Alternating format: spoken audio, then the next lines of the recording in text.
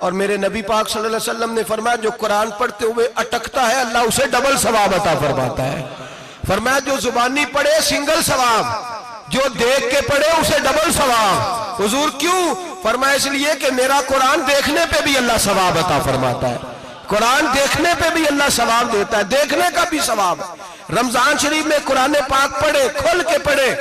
اور میرے بھائی اگر تیرا بچہ پڑھے، اگر تیری بیٹی پڑھے، کائنات کا خوش نصیب باپ وہ ہے کہ بیٹا قرآن پڑھے، چاہے ناظرہ ہی پڑھے.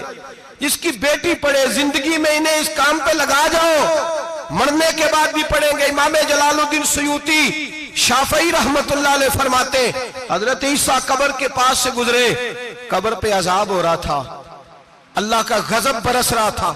جناب عیسیٰ استغفار پڑھتے ڈرتے گزر گئے.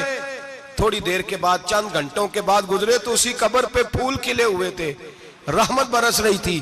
حضرت عیسیٰ علیہ السلام عرض کرنے لگے مولا تو بے نیاز ہے، میری طاقت نہیں تیرے کاموں میں بولنے کی، پر ابھی تو یہاں عذاب ہو رہا تھا، ابھی رحمت برس رہی ہے. جناب عیسیٰ کہتے ہیں آواز خدا بندی آئی، عیسیٰ بندہ بڑا گناہگار تھا، پاپی تھا، مجرم تھا، خطا کار تھا، لیکن جب اس کا انتقال ہوا، اس کی بیوی حاملہ تھی، اس کے پیٹ میں بچہ تھا، بچہ اس کے انتقال کے بعد پیدا ہوا. آج وہ 4.5 سال کا ہوا ہے، مکتب میں گیا ہے، مدرسہ میں گیا ہے، استاد نے بسم اللہ شریف پڑھائی ہے.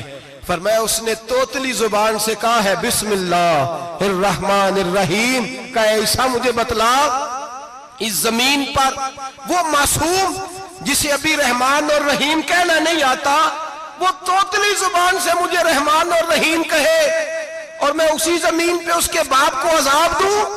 فرمایا اس نے ایک بار رحمان اور رحیم کہا ہے، میں نے اس کی باپ کی قبر کو نور سے معمور فرما دیا ہے، نور سے بھر دی ہے قبر، برکت سے بھر دی ہے.